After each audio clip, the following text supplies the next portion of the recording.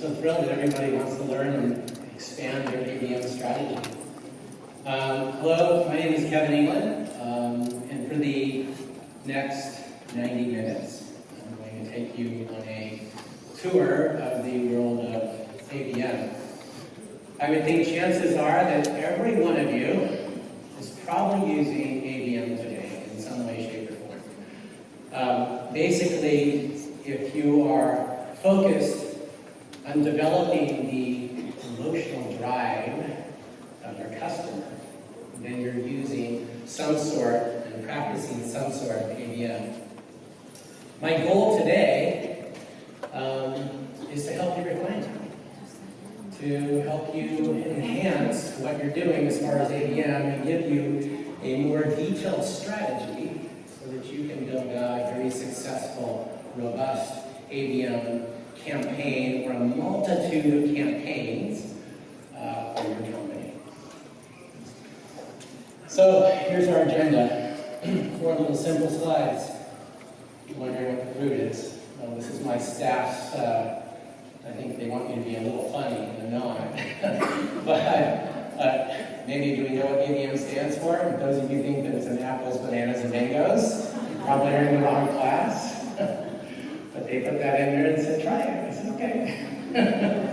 Anyways, we're going to go through an agenda. We're going to talk through about what ABM is. We'll talk about the journey of ABM. We'll talk about HubSpot and ABM. I really want you to give you the ability to use the platform as part of your ABM strategy. And then, of course, we'll talk about brand loyalty in the end. So again, my name is Kevin England. I'm the CEO president of a company called Bonzo. I know it's kind of a funny name. We're located out of Ventura, California. Thank you, yeah. That's a staffer. So we're located out of Ventura, California. We're a full-service digital sales marketing agency. We also happen to be a HubSpot lead partner. So we spend a lot of time within the HubSpot platform and working around the platform. One thing I do want you to know about me, I am obsessed with figuring things out and solving problems. One of the problems that I saw with ABM is that everybody's got a theory associated to it, but not many people are actually putting it. Not many people are showing you how to really put it into practice. So today, that's what I want to be able to do. I want you to leave this session, hopefully being able to develop out and put into practice a robust ABM strategy. All right, so what is ABM? You know it stands for account-based marketing. So I'd like to ask a couple people in the audience if they can give you like a little definition of ABM from themselves. Can someone raise their hand? Come on, somebody knows what it stands for. What do you got? Creating a targeted account list of your ideal customer and going after them. Creating an account list of your ideal customer and then going after them. Absolutely, that's great. Anyone else? What do you got?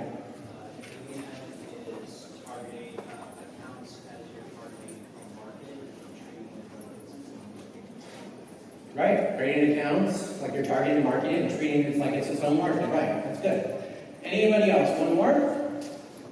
What in the back? Go ahead. Inbound marketing and not outbound. Inbound marketing and not outbound. Inbound is definitely a part of it. That's where we're at. Absolutely, good one. So that kind of brings me to the next point. If you ask 1,000 different marketers what ABM is, you're probably going to get 1,000 different answers. And not that those answers were wrong.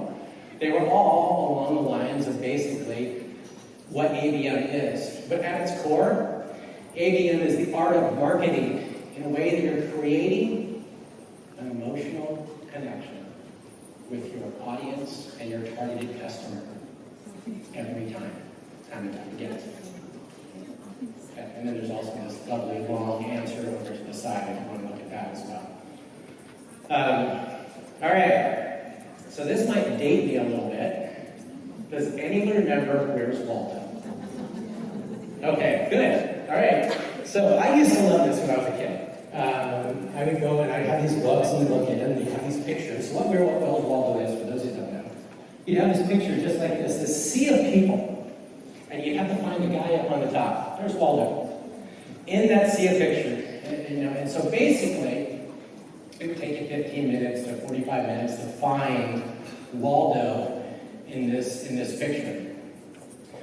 Now, the one thing that's neat about that is that every time you came back to that picture, you saw Waldo like that. Everyone else researching it, you saw him like that. So what I'm basically trying to do is, there's no different than how you would build out and refine your target audience. What I'm hoping that by the end of how you build out your target account list and your ideal customer profile is that once you build that out, once you define your audience and build out the messaging to go with it, that every time somebody asks you about it, you're going to be able to see it just like that. Just like that. All right. So let's build the foundation. So there are 4 steps in building a strong foundation for ABM. And the first one is the buy-in. Why do I say the first one is the buy-in? Is because ABM is not a quick win. If your CEO or executive staff comes to you and says, I want leads right now, immediately, ABM is not your strategy. Go build a PPC campaign. But if you're looking for long-term success, then ABM is your strategy. And so with ABM, it takes time. So you have to get the buy-in of your executive staff. You have to get the buy-in of your different departments. Everyone has to be on board in building out a successful ABM strategy. So that's why that's step number 1. Step number 2 is one of the most important, obviously, is building out your segmentations. Building out your ideal customer profile, building out your segmentations, building out your audience and your personas. It's the ABM owner's job. Maybe it's your job to build out and establish and define all of your segmentations, your audience, but you need to do that with the buy-in of the rest of the team. And then third is content. Now, it falls into third because that is just as important, if not more important, than building out your segmentations, because the content that you create has to be content associated to your segmentations, to your personas, to your ICP.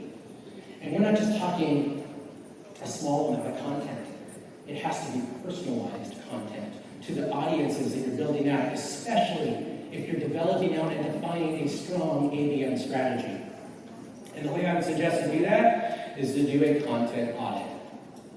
Everybody done a content audit? You know where your content is. You put it in different kinds of buckets along the way. Where does that fit? What type of customer? What audience am I going after? That's what the kind of scary part is sometimes when you look at your content, you feel that it's all generic. It doesn't really have a focus to it. ABM content has a focus to it. And then finally, step number 4 is your staffing evaluation. Do I have the team to help me build out the segmentations? And I know it sounds easy. Oh, let's just build out a segmentation. Well, it's not that easy. There are lots of steps along the way within the journey that requires different types of segmentations, different types of content. Do I have the team to help me build out that content at all phases of the journey that our customers are going to go down, with all types of marketing strategies and campaigns and the types of content that you need to build out to educate your customer? So, do I have the staff to be able to do that? If you don't, find somebody that can help you to build out a strong strategy, to build out all the content, the segmentations, and the information that you're going to need as you move down this path. So, you might see up at the top, don't invest in the tech platforms until you're ready. You know, those that come from all the ABM platforms out there, don't get upset with me. It's all good. Because I can't tell you how many customers come to me, to us, to my company, and say, I'm ready to build out an ABM strategy. Great. Do you have content? No. Okay. We got a lot of work to do. They want to already buy into an ABM platform the day that they basically decide they want to develop out ABM, and we say, just hold on a second. Just wait. Let's figure steps 1 through 4 first. At least get 85% of the way through, and then we can jump into the platforms. And there's many different kinds of platforms. Obviously, from a CRM perspective, most people have something like that. Data enrichment tools, like Zoom Info, E411, data augmentation tools. And then, since I'm talking to this audience, there's only one automation tool. There it is. Didn't even list the others. I I feel good about that one. So now utilities, different kinds of utilities, Bambora, Trade Admiral, great utilities. Anyone know what Bambora is?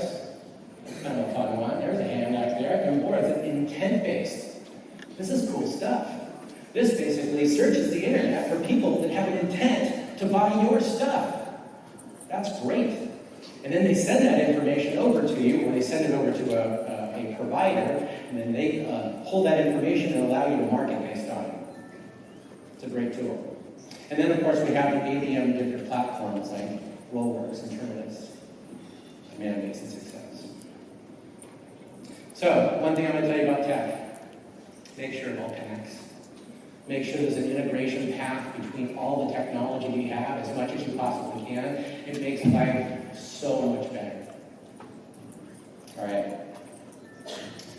So, someone actually said it before. Why is HubSpot one of the OGs of ABM? Well, because when they first started, they were all about inbound. And inbound is a huge part of developing out a strong ABM strategy. So HubSpot's been doing this from the beginning. The whole place was called This is Inbound. This is why we're here. Inbound's a big part of that entire process. They've paved the way to develop an account-based marketing strategy, which is why we can use this platform to support us in accomplishing that task. Anyone download this guide? This is on the HubSpot website, and by the way, that little QR code will take you there. That QR code will be up 4 more times, so by the way, and at the end. So if you don't get it now, it's all good. But this is HubSpot's guidebook to ABM. If any of you tried to actually fill it out, it's a bit tedious. It's got a lot of information in it. But I'm going to encourage you to do it. Because if you do, you start building out the business overview, the facts about your business, the mission, and the vision, the mission statement, your target markets, your target audiences, the key business initiatives, your ICP. It asks you all these questions and has you fill out this information. This is what's going to prepare you for a strong ABM strategy. Building out your customer products. Understanding and doing a competitive analysis. Why is that important? It's important because if you understand what your competitors are doing and how they're solving problems for your customer, you can do it that much better. You can message it that much better. You can create content in and around what your competitors are doing or what they're not doing. Better than that. Buying process, journey, different action plan at the end, top 5 objectives. This is a great little guide. All right, that's it. We're done.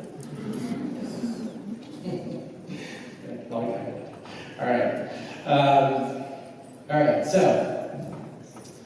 demand generation, lead generation. Everyone in this room has probably developed out some type of demand gen or lead gen type of strategy where we get this great big list and we just push it out and we get people to engage with it.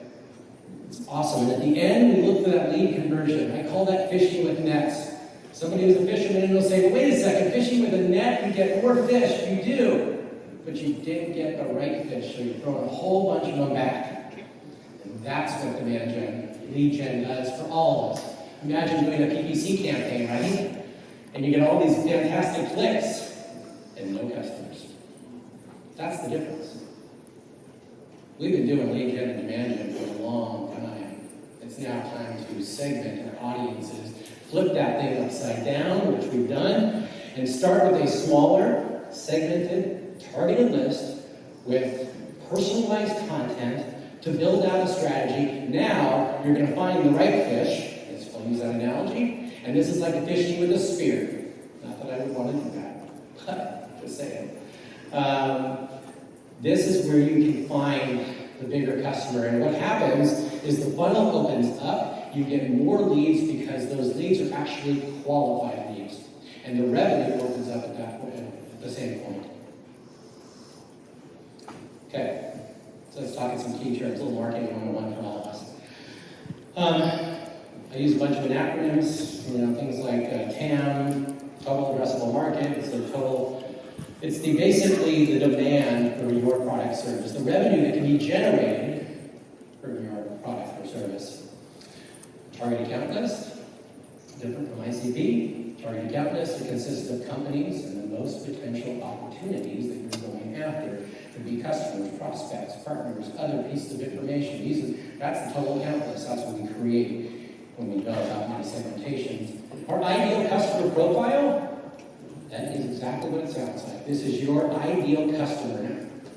How do we do that? We need to create a segmentation associated to our customers. I'm going to share that with you later on. And then we need to figure out which customers are really our ideal customers, the ones that buy most of our products, utilize the majority of our services. These are our ideal customer profiles. And then eventually we're going to rank them. But then you also want to categorize them. Categorize them based on, I should probably point that way out down there. Categorize them based on industry, geography, other pieces of information. And then first-party data. Well, first-party data are basically all of those that have engaged with your product, your brand, your forms, your website, your trade shows, events, webinars, all that fun stuff. That's your first-party data.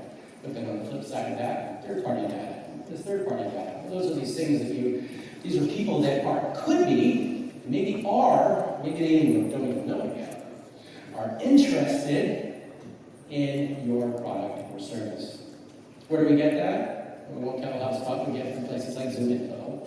We get it from Google. We get it from Lavora. We get it from these places that eventually feed us this third-party data that we want to convert to first-party data. And the way we do that is through an ad campaign that sends to a landing page that eventually converts to a first-party data potential opportunity for our team to go after. What is programmatic advertising? Well, that is machine learning or AI that engages through a fantastic filtering algorithmic system in our potential customer. We're using that all the time. Every one of the platforms has some type of programmatic advertising feature built into it. And then finally, predictive lead scoring. That is lead scoring that actually can predict the potential future of a customer based on the information of what they've engaged, and what they've engaged on the internet, or what they've engaged based on your content. Does anyone know that HubSpot has a predictive lead scoring strategy? And does anyone know what the property is called? Likelihood to close. Have we seen that in there? Likelihood to close. That's the property. Go into your HubSpot platform, look for that property, likelihood to close. You'll see a percentage associated, you'll be amazed. Oh my gosh, it's actually working. We'll talk about that in a little bit as well. All right, building out your ICP. First thing that you need to do, gather a lot of data. This is not a little task. It's like a little spot right there. Gathering that data. Well, what does that mean? That means gathering and spending time with my sales team, spending time with my executive staff, trying to gather the data about who our ideal customer profile is, why are they our ideal customer profile, what types of products and services do they engage with, what industries are they in. And then you're spending time, it's almost like you have to build a spreadsheet for this type of information so that you can truly figure out what our ideal customer profile is. Once you've done that, you have identified your ideal customer, and you basically can segment that, like within the HubSpot platform. I'm actually going to show you how to do that. Not that you don't know how to create a segmentation, but I want to share with you what we do, what we suggest our customers to do. And then finally, you create that profile. But is it just one profile? It's many profiles, many different industries, many different people that have different pain points, challenges associated to the product. What do we solve with that type of customer? There's so many different attributes associated to it. And that's what you're going to spend the time to kind of build out as you're truly creating your ICP. Once you create your ICP, then you're going to create your TAL, that total account list. And those are your prospects associated to the ICPs. We want to make sure that we understand who our customer is, because I want to duplicate that customer 100 times. And that's the value of account-based marketing, is you start with your ICP, who's our best, you build out your total account list, which are prospects, and then you market to that total account list. Account tiers. What are account tiers? Account tiers are collections of accounts that determine the level of personalization. To determine the level of personalization, different personalization, one-to-many. This is the most scalable approach. This involves targeting larger groups. Now, most of you will start with a one-to-many approach. You'll build out your ICP. You understand who your customers are. Now you understand the total account list associated to all the prospects that you want to go after. And that's going to be your one-to-many approach because it could be a micro-vertical associated to an industry. And that's what I want it to be. I don't want it to just be the big, fire it out to everybody. So you tailored it down. Over to the side, over to this side, is demand gen and lead gen. As you move in just a little bit, you get your one-to-many. Now you want to tailor that and move that into a one-to-few. Well, that's the approach of smaller clusters of accounts that actually could come from your one-to-many based on different levels of segmentation. And I'll share with you how you get there. They're grouped together based on shared characteristics, different pieces of information. Could be behavior-based information. And then, of course, one-to-one. Has anyone really done a one-to-one ABM strategy where you're actually going after one client to close that deal, which could be 15% of your entire business if you close that deal? Why not? Create some strategy around that, create some content around that. We've done it. It works. So let me give you kind of an idea of a total account list that I could build out for a one-to-many type of customer. So since we're here at Inbound, let's just go with a SaaS-based company that has a CRM. And the one-to-many approach could be small to medium-sized businesses that have an e-commerce solution. And then you, as a CRM, have a native integration with that e-commerce solution. So that would be a great one-to-many. It's a smaller targeted segment that you go after, you tailor your content around that, and you push it out through a multi-channel approach. A one-to-few would be tech startups in the Silicon Valley area that just received their Series B funding, something like that. So now I've really tailored that down, right? I'm developing out content that's more specific to that type of customer, and I'm engaging with that. Now, when they receive that content, I'm truly speaking to them. So they're going to think and believe that I am the next step, product or service they should necessarily buy. And then a one-to-one could be like a multinational company, like Apple, something like that. That could be your one-to-one approach. If you land Apple, that's going to be 15% of your revenue. Okay, here's some other ideas. This is a client. I'll just tell you a couple client ideas just to give you some more information. A one-to-many on this customer's can time. They focus on the healthcare space. The campaign that we developed for them was a multitude of a small multi-channel approach, lead nurture campaign, associated to hospice space. So we narrowed it down, focused on hospice space.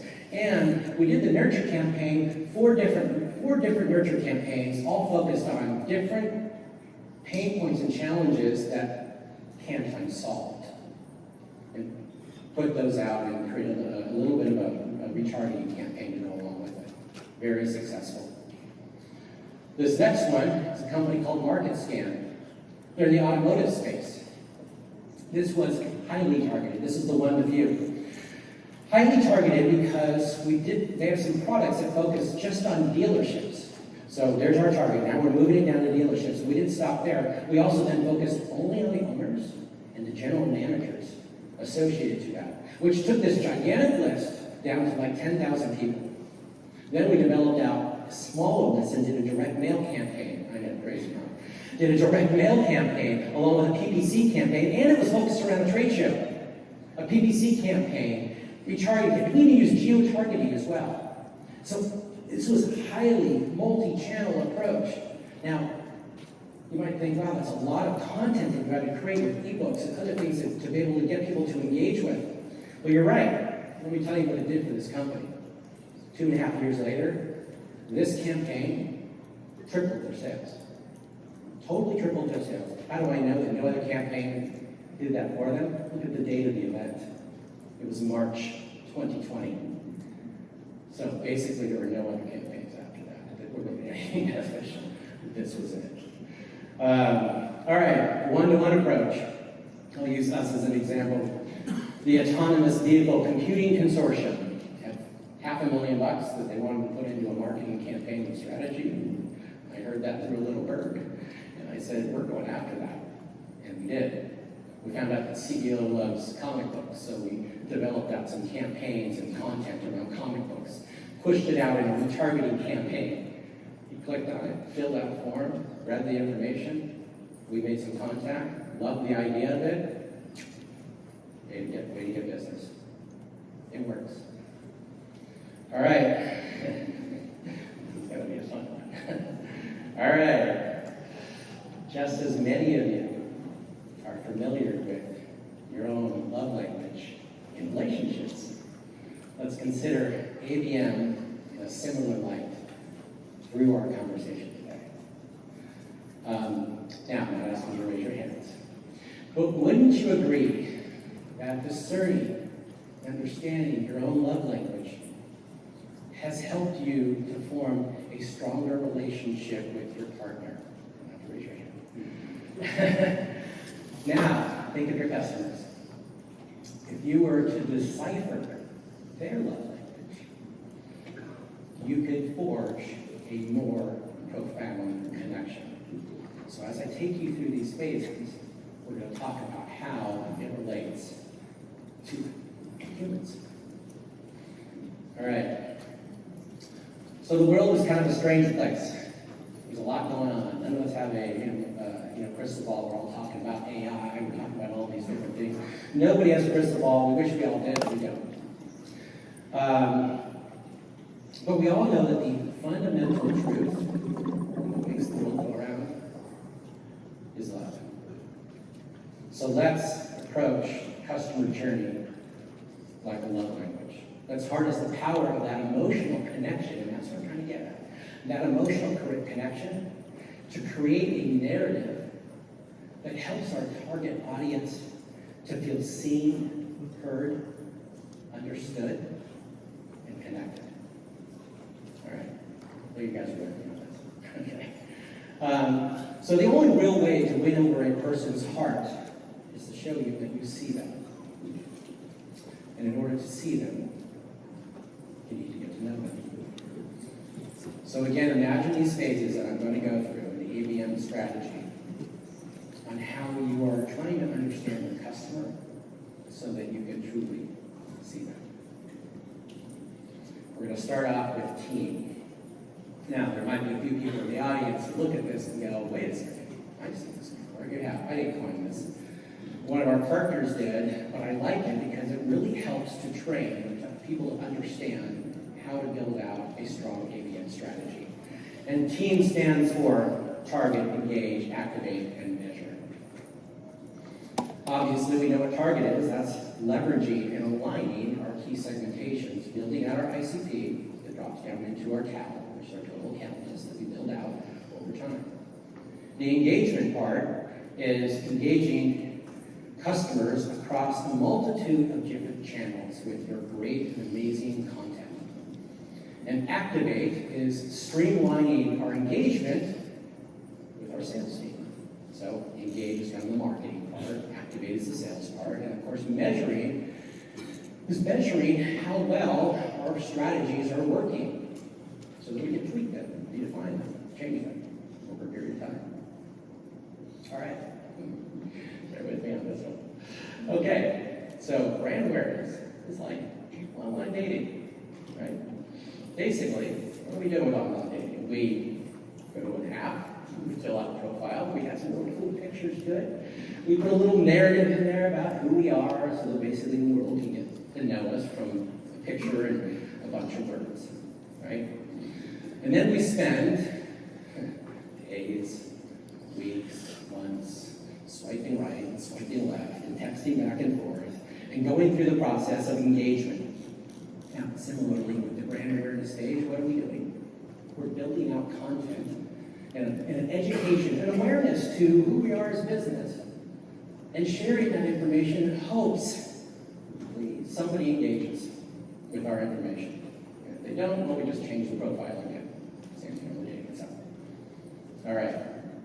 So, as I told you before, we're going to work through this team, which is target, engage, activate, measure. And each one of these screens is going to look very similar. And what I'm hoping is that you will take this screen and you will define it yourselves, because these are just ideas. These are ideas of how you should create your target, how you should engage, how you should activate and work with your sales team, and the type of measure that you should be looking at. So we'll start with the objective. The objective is to create a brand awareness, top of funnel, type of marketing campaign measured by impressions, clicks, and other pieces of information. The strategy is to launch that top of funnel advertising campaign that's the best fit for the audiences that you're going after. So the first thing on the list, so if you build this out yourself, the first thing on the list, target. Build your target account list based off of your ICP. Who are my best accounts, and I want to duplicate them. And the way to do that is to build out that target list and then start pushing out information through a multi-channel approach. You can segment by behavior, you can segment by other criteria, but you're starting out with that one-to-many type of approach. This is the beginning stage of this process. And then you're engaging, that's the marketing part, right? You're doing display advertising, email marketing, lead nurture campaigns, drip campaigns, other type of marketing. All of them are going to tie to what? A landing page with some type of conversion or form on it, or some type of amazing educational content so that your customer can get to know you. Right? You're building out your profile. You're pushing it out, helping the people engage. And then working the activate part. Bi-weekly sales meetings. Regularly with your sales team to understand how that is doing. Again, we're still in the awareness phase. And then, of course, measuring, looking at the different kind of content, how many people are engaging, some of the basic information. Do we have an increase in our website and stuff like that? This is the first stage of the process. Here are maybe some ideas associated to that. Display advertising, educational content, something along the chat. Okay. Dating to becoming exclusive. This is the phase where you're transitioning from online dating to in-person dating. Forming that actual relationship, right? We've done the online, now we're going to the dating part. You're supporting this person now. You're caring about this person. You're fostering their needs. You're trying to cultivate a relationship with this individual. This is the building of the pipeline stage. So what does that mean for us? Well, we've already done the brand awareness stage from a marketer's perspective. Now we're moving into the middle of funnel, bottom of funnel, all the way through sales qualified. This is the marketer's pipeline. So let's not get confused. Just because I use the word pipeline doesn't mean it's a sales guy's pipeline. This is the marketer's pipeline. As we move through marketing qualified and eventually the sales qualified. This is where we're building these strong relationships, these trust relationships. And it's the same thing like in the dating world. What do we do, right? We start off with, this online thing back and forth. Then we go out and meet somebody. What do we do now? We're telling them more about ourselves. Hopefully they get to know us. Hopefully they like us. It's the same thing now. You're telling them now about your products, your services. You're telling them more about your company. Same type of thing. What's our objective? Is to build the marketing pipeline by nurturing interested accounts and getting them into qualified conversations eventually with your sales team. That's the ultimate goal. This is to build middle and bottom of funnel, all the way through marketing qualified types of campaign to create an awareness and an understanding of who you are and what you do as a business. Target. Instead of control group, right? The control group. What is a control group? A control group, now here's how we're taking this one-to-many approach, because we started off with this big old towel, this list, we pushed it out. Again, we can do that across multiple types of industries and whatnot. And we're now segmenting by who engaged. So now we're taking it down who engaged, what industries engaged. So now we're taking it to a much smaller list. You're building out a one to few and you didn't even know it. because you created a targeted group, and now you're dropping that into a drip campaign, a nurture campaign, you're dropping into a list segmentation, and you're doing a whole retargeting campaign associated to it. That's how you can really expand your marketing strategy. You're creating workflows that basically do that through automation. The engage part, display advertising, LinkedIn advertising, different types of marketing emails, nurture emails. I can't go into detail, we have 90 minutes, but there are so many different things that you can build out. Each of you has an understanding of the multiple channels that's available to all of us. And with the sales team now you really have to engage with them. Because these leads are turning into sales qualified leads, which will eventually turn into an opportunity. So they need to be prepared on how to engage with them, and you need to be prepared on how you're engaging with your sales team. Whether you're creating automated tasks for them, whether you're sending them emails, whether you're dropping things directly into an opportunity stage. What's the end game? And here's some ideas associated with it. That guy's picture is actually in the audience. They're looking for me over here. It's a sales guy. So sales, high performance content, retargeting campaigns, all different ideas, things that you can do. All right, from a dating perspective, this is the moving towards the committed relationship. This is the pipeline acceleration, moving towards the committed relationship.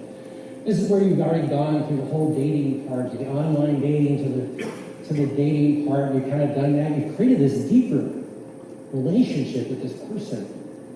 You come from the I like you stage to eventually the I love you stage. This is where you've created that more committed relationship. From a marketing perspective, this is marketing qualified leads turned into sales qualified leads, turned into an opportunity. And then now they're in the sales pipeline. So many marketers are like, oh, they're in the sales pipeline. Hand it off. We're done. Let's go back to start. No. You can actually affect the velocity of a closed deal. The sales velocity of closing the deal cycle, the life cycle, the deal cycle basically. How long is that cycle? Is it 2 years? Is it 18 months? Is it a year? Is it 30 days? How long is that sales cycle? Your job is to decrease that by developing out a marketing strategy in and around the different stages of the sales pipeline. Most marketers don't spend the time to do that, but you know that you can affect a sale so easily if you do. So the objective is to increase revenue by nurturing targeted accounts based on their deal stage. Where are they in that process? And I'll share with that more. It's to launch highly educational campaigns, whether through retargeting campaigns, drip campaigns, nurture campaigns. You're creating a control group. What is the control group now? Well, it's based on stage. It's based on the pipeline stage. And then you're pushing out information based on that pipeline stage. You're creating list segmentations based on where people are in that stage, based on what industry that they're in. And other attributes that tailor and specifically provide more personalized approach to the content that you create based on what stage they're in. And then you engage with them through, again, retargeting campaigns, other pieces of information, direct mail. I know, it works. Especially if they're in the pipeline stage. Think about it. Somebody's in the pipeline stage now. They've already know who you are. They've gone through the process of understanding your products and services. Now, you send them something in the mail, you are differentiating yourselves from your competitors. By even sending out content and getting them to engage with your content, you're differentiating yourselves from your competitors. If you're doing all these things that we've talked about so far, you're killing it. Your sales team loves you. That's a good thing. All right, different ideas as far as content is concerned. So, generic content is out here. Focused on an industry, focused on a micro vertical within an industry. That's even better. That takes it down to the one to few. Finance, IT, operations. You're pushing out this information. And when I talked about the deal stages, discovery stage, evaluation stage, proposal stage, negotiation stage. Every one of those is a different targeted to a certain type of customer depending on where they are within their journey. Different ad campaigns, different retargeting campaigns to educate them even further so that they don't even think about looking at your competitor. All right. So, this is where you're, the long-term relationship. You're in love. This is for those that know, this is you complete me stage. You know, Jerry McGuire. Sorry. From a marketing perspective, this is where they become a customer. And this is a strange thing I always run into. I don't get it. Just because they became a customer, we stopped marketing again. Yamini said it on the stage. You don't stop. This is where we keep going. And let's think about this from the relationship perspective. Okay, we're married. It's all good. You know, we don't have to try anymore. This room doesn't think relationships aren't hard. All right? You don't. So, relationships, no matter what they are, relationships from a customer perspective, you know, can be challenging. So, what are we doing at this point? We want to continue that process. Show them why we fell in love in the first place, day after day after day.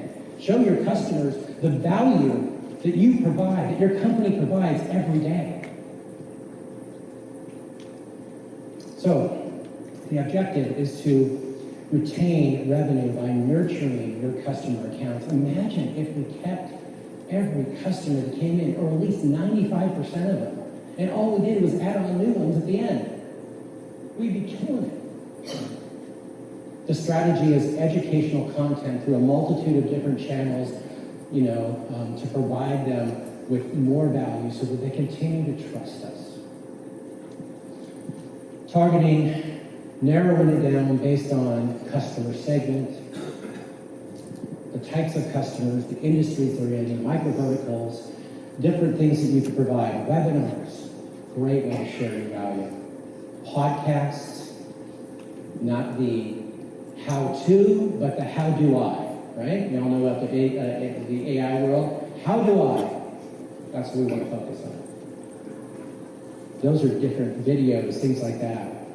Podcasts, as I already mentioned. And then with your sales team and or customer success team, you're reaching out, you're doing CSATs, you're trying to make sure that you understand the customers. I wrote there competitive intent spike. I'll tell you what we do. We use one of those platforms, I think it's one more through another service, that when we have all our customers in there, when our customers go off and they're looking at Parad, it's like, oh my gosh. And then all of a sudden we get a little intent spike that says customer on the Parad website, and the intent spike goes up. But we know that we need to be making sure that they don't run away and we're sharing more value or we're talking with them a little bit more. Hopefully it never gets to that point. All right. Different customer retention ideas, display ads, things like that, promotional things on LinkedIn, all helpful. Okay. The fifth and final stage of the process, bringing it back to love again. This is where you're expanding your family. This is where you may be not a family, but maybe you're expanding your relationship. Maybe you're buying a house together. That's a good thing. You're doing all these things to expand your relationship, right? But we also, from a customer perspective, want to not only retain the customers, but we want to add more value. We want them to upsell them into something else. I hate that word, actually. It's to provide more value so they see what we provide. Okay. So I'm going to give you just an idea of what that looks like from our perspective. So as an elite partner, we get a lot of onboarding. So HubSpot just sends us onboarding and says, onboard these customers. So we go through the onboarding process. To expand that relationship, we have to do an absolutely amazing job on the onboarding, and then maybe show them how we could possibly help them. And that might turn them into a customer that builds out a lead nurture campaign, or eventually starts to rely on us every day to support their marketing strategy. That is taking a customer and turning and expanding that customer. You have to do the same thing for your product line. What does that look like for you? Somebody who buys one type of product, But usually people who buy this product will also buy that product and that product. So you're sharing that information through your ABM strategy, through your personalized content that you're pushing out to these types of individuals, to these companies, to get them to engage. And it really comes down to building that personalized content specific to the target account list that you developed out and specific to where they are within their journey. The objective is to increase revenue by expanding existing accounts. Going deep and wide. You might have an amazing account, but you only have, like a multinational, but you're only selling to one department. How are you going to sell to others? I'll give you a great idea. What you want to do is build a case study around that one department, and then push that case study out to all the other departments, showing what an amazing job you did over here, and now you can do for everybody else. Expanding your relationship and turning that into a tier 1 account. Display advertising, enhancing your chatbot. Now I know I've seen it on a couple of the screens here, the whole chatbot, but now that AI is involved, people want to go to these chatbots and they just want to type in a little question and get a little answer, and it's going to tie to your amazing content that you've created and developed out that's more personalized to their industry. Great way to go about that. Display ads, email nurture campaigns, multitude of different strategies that you could be creating and developing out. Okay, so here's some additional ideas. I think my team ran out of pictures, if you ask me. Anyways, all right, so ABM and HubSpot. This is our power couple, so we can stay along the lines of this process. So ABM and HubSpot are our power couple, and I'm going to show you how to implement and put some of what we talked about, some of the theory that everybody talks about, into action within the HubSpot platform, and so that you can actually utilize it. So this is combining the power of HubSpot and the magic of ABM to yield this unstoppable power couple, leveraging all the tools and the data and the information that's inside the HubSpot platform and using it to build out an ABM strategy for your company. We're going to start with power couple move number 1. Building out your ICP. Building out your ideal customer profile. We're going to start with that. This is a critical role. Again, you build out your ICP. It is not just one, it is many. You're going to build out a multitude of different ICPs, different types of customers in different industries that eventually will turn into your target account list and your prospects that you're going to go after. Work with your sales team to understand who that is, why, and go from there. Power couple move number 2 is once you've done that. So here, actually, I'm even showing this one on the screen. So there is top revenue by customer. It's sorted in multiple ways.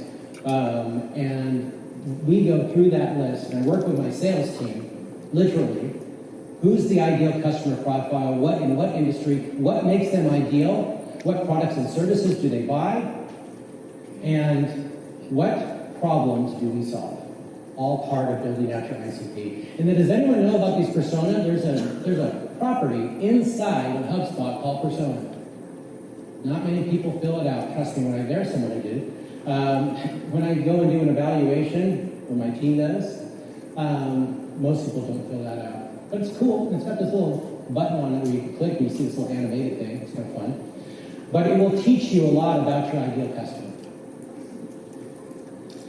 And then obviously, power couple move number 3 is to build out your content and go as deep as you possibly can to the small micro vertical, prioritizing the information and basically personalizing it to the audience that you created. Aligning your messaging, aligning your content to these different audiences. Making sure that as people move from one to many to one to few, that you're updating that content based, again, on where they are within your journey. Can't say that enough. Just because you built out awareness-based content, you now have to build out content that's in the middle of the pipeline, whereas the content that's in the sales pipeline, whereas where they are with as a customer. Different type of content. You have to keep on refining it and developing it. Personalizing it to your audience. With all the AI tools out there, it's not as difficult. So within the HubSpot platform, Power Couple Move number 5 talks about ICP tiers, ideal customer profile, different tiers. So if any of you have clicked into target accounts, how many people have clicked into target accounts? All right, some good hands, right? You fill out these tiers. This is where your ideal customer profile, your tier would go, okay? There's a tier number 1, tier number 2. Why are customers, and one of the things I just mentioned, I didn't say prospects, I said customers. Customers, tier 1, tier 2, tier 3. I'll tell you why and what we can do later in a minute. So you put them into different tiers: best fit, good fit, moderate fit. Moderate fit means they buy one product. Good fit, maybe buy 2 or 3. Best fit, these people are buying everything. You want to get more of those. Okay. Sales. Okay, think about this. You've gone through this entire process. Building out your ICP, doing your towns, creating amazing content. You've got everything set up. Everything is good to go. You've got all this stuff and you hand it off to your sales team. And then they send out generic content through a sequence that they created. Why are we not helping them? I know we're doing so much for everybody. Why not help them too? Because if you have sent out all this great content through your amazing marketing campaigns and channels, and then you give it off to your sales team, and they send out a sequence with just generic content, that's not going to finish the job. You've got to help them to build out an ABM strategy around their sequences to a certain effect, to get those customers to engage with content that you want them to engage with based on where they are within that journey. And I got to use finally one of the new screens that maybe some of you saw up on the big stage.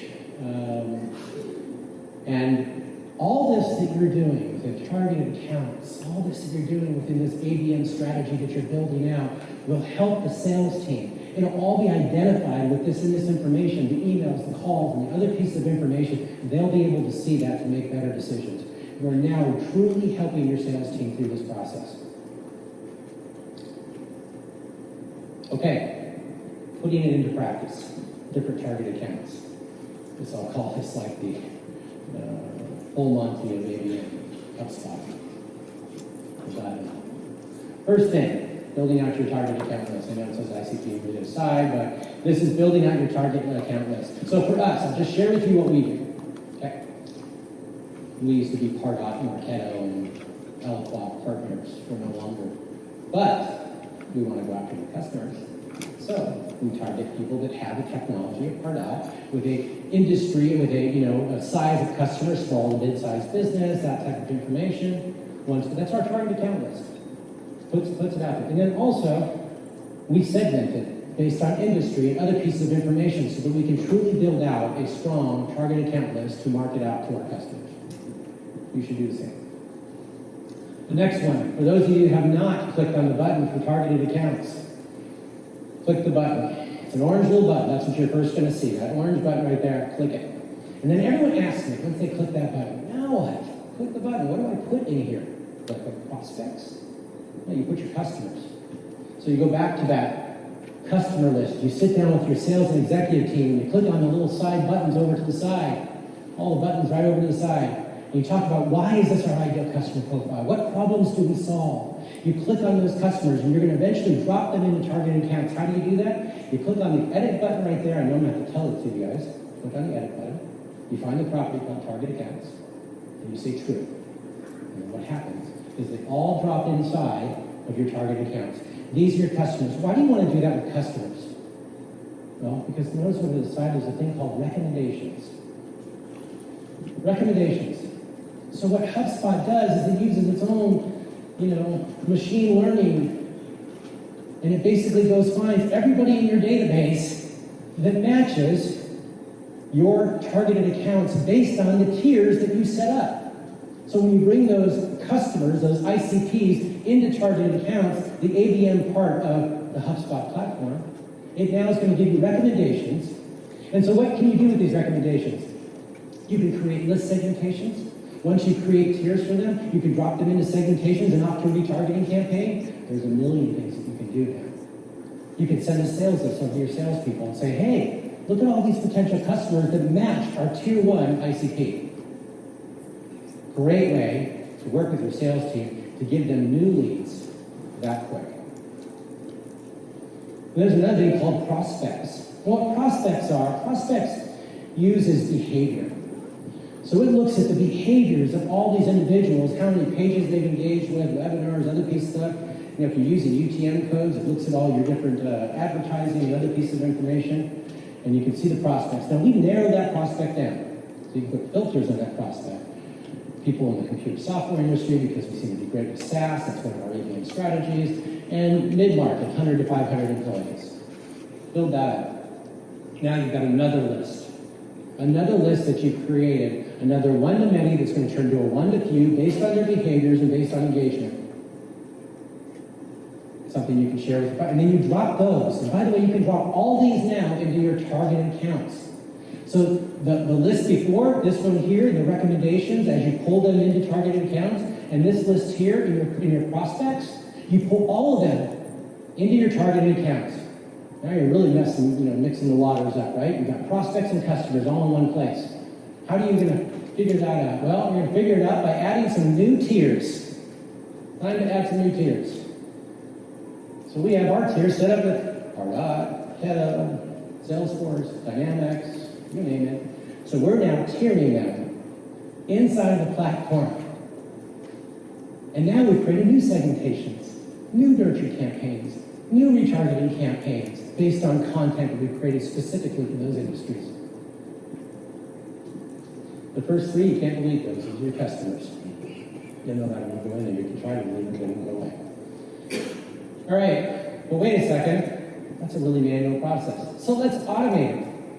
Let's automate the process. Let's create a workflow, and we'll base that workflow on the predictive lead score model that's built in to the HubSpot platform, which is like a focus. So we're going to build a workflow that basically drops people in to the different tiering systems that we put in place based on likelihood to close. And we'll call anyone that's 30% or above, that could be tier 1. Anyone that's 29 to 30%, that could be tier 2. Now what are you doing again? Again, you are creating another campaign that as they drop in, and as people go through this workflow, and as they engage with your content, engage with your information, they're going to basically be dropped into these nurture campaigns, this campaign, tiered up, and then they can be dropped into another list segment when you push out information. You create another targeting list associated to it. And so that's what helps to create that one-to-many approach that we start off with, first narrowing down our segmentations into this one-to-few based on further tailoring information. And obviously, you're building out personalized content to go along with all of this. It's not as hard as it used to be. I mean, we cheat a little bit with AI. It's easier now to do that, to build out these different, pieces of content and information. Whether you do it or not, you're empowering your sales team even further. There's this little button down there.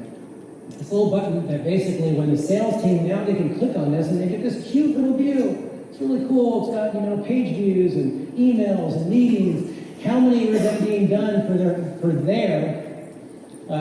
customer that they're going after? It also lists out, the deals that are out there, the page views that they viewed, gives them all this information in one little spot because you've added them to targeted accounts.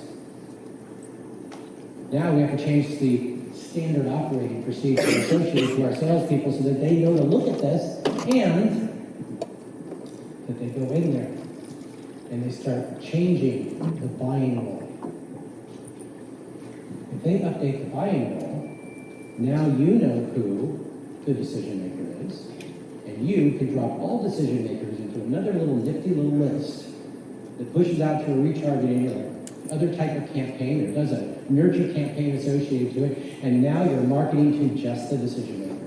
If every one of your sales reps did this, you guys would have a great working relationship.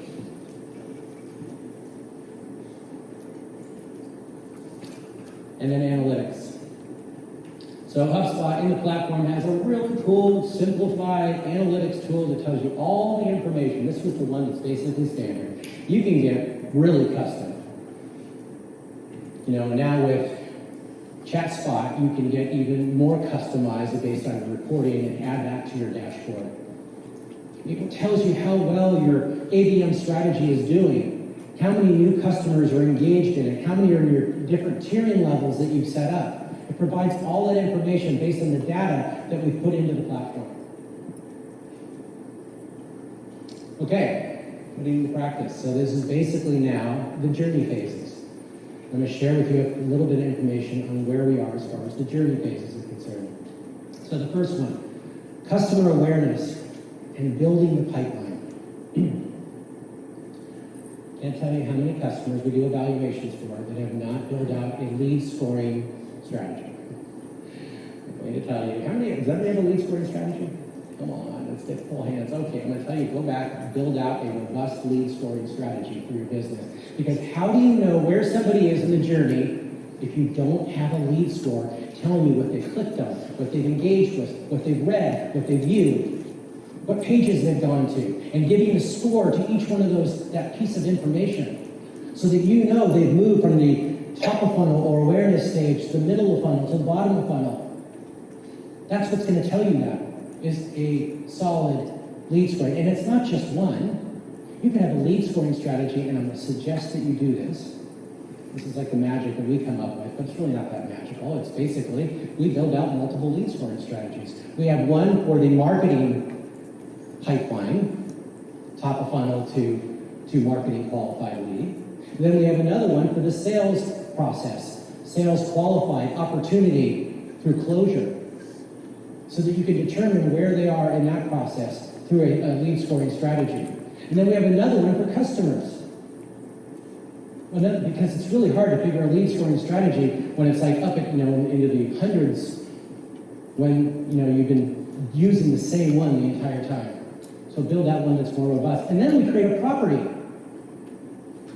There's a property that basically, don't use the lifecycle stage for this one, because the lifecycle stage doesn't have the detail that you need. So as people traverse through your lead scoring strategy and their score continues to go up based on how they've engaged with your content, you're updating top of funnel.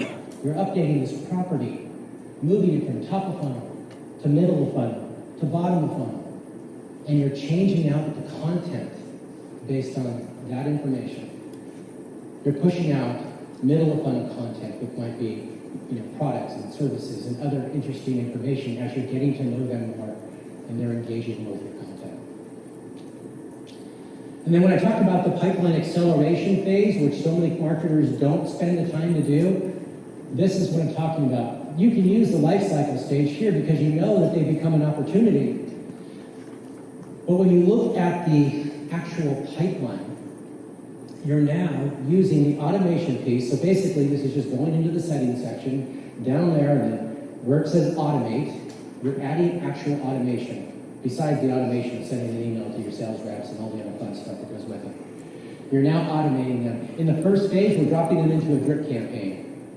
In the second one, a different type of drip campaign with a little different information based on their industry. This one over here, value proposition, we drop them into a list segmentation and they get a retargeting campaign with educational content tied back to more information. We are nurturing, we're speeding up the deal by giving them more. We're getting them to only look at us. That's what you need to be doing. Same type of thing, nurturing them through this process. I'm going to share that as well.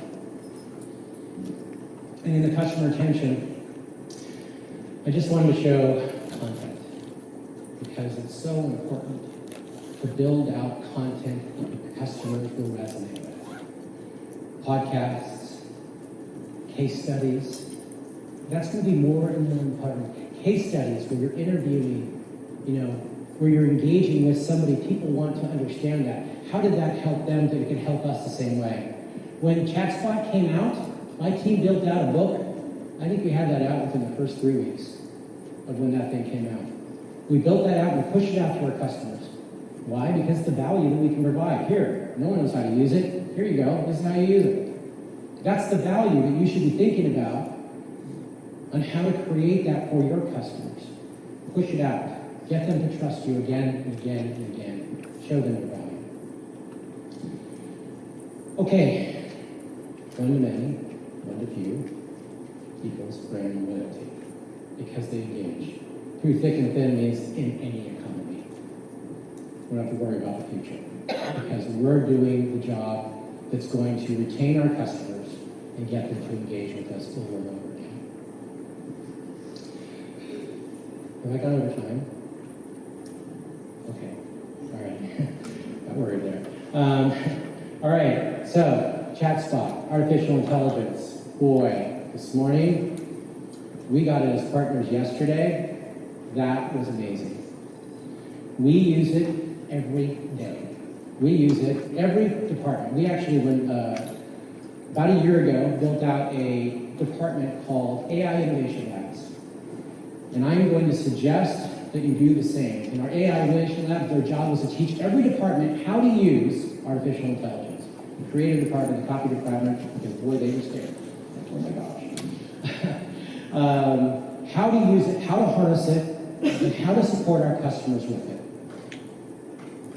HubSpot has built out an amazing pathway towards artificial intelligence.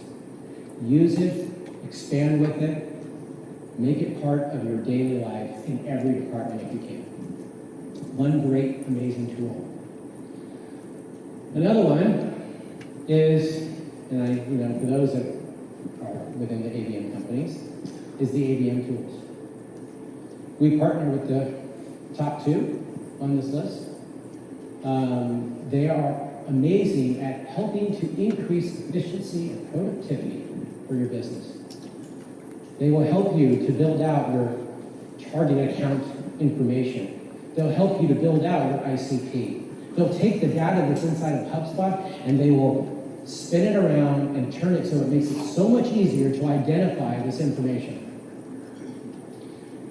They will help you to develop out personalized content. And then they'll push it out. I mean, obviously, Rollworks and AdRoll, it's simple.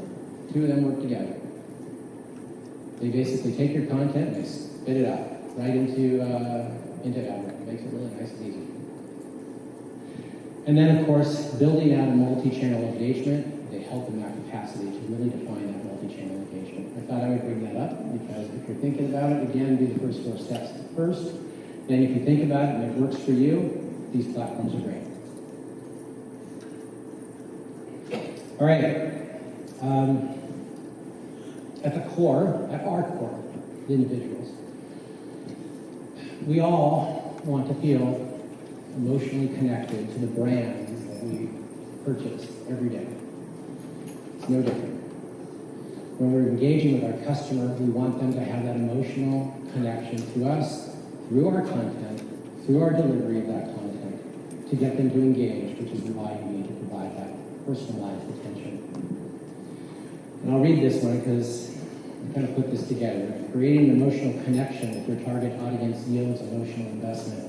When customers are emotionally invested in your brand, they become loyal advocates who choose your products and services time and time again.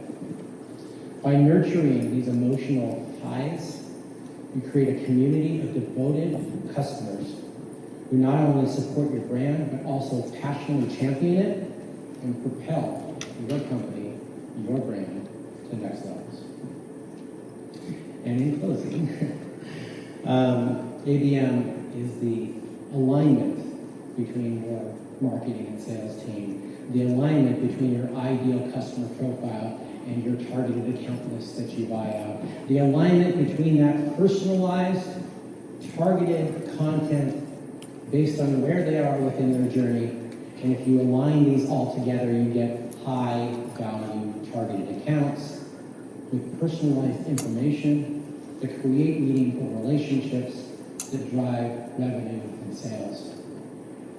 Both with ABM and with the human love progression, the emphasis is on this deep understanding, this personalized attention that we provide to each other, that we provide to our customers, that creates this long-term commitment. And the end goal is to build out a mutually beneficial, long-lasting bond. Thank you.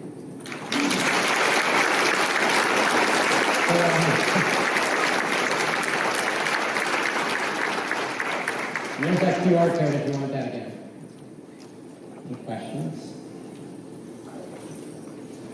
Okay. Oh, one. Here we go.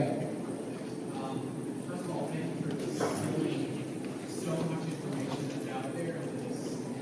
Thank you. Appreciate it. When you were in the target account section, Yes. identifying your tiers, Yes.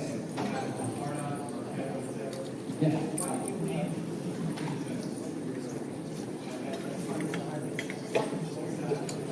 So the companies as part of the tier names, because then what happens is the customers all follow us. So if you name the companies that have that product, then all the contacts associated to it will also fall in place as well. And we'll be able to go after those contacts that are associated with those companies. And that's how we tier them. And we tier them tier 1 and tier 2 based on their size. Right, that's our target account. So we're going after that company. Yeah, thank you for the question. Any other questions? And if you want to, talk to the guys directly. Thank you all. Appreciate it.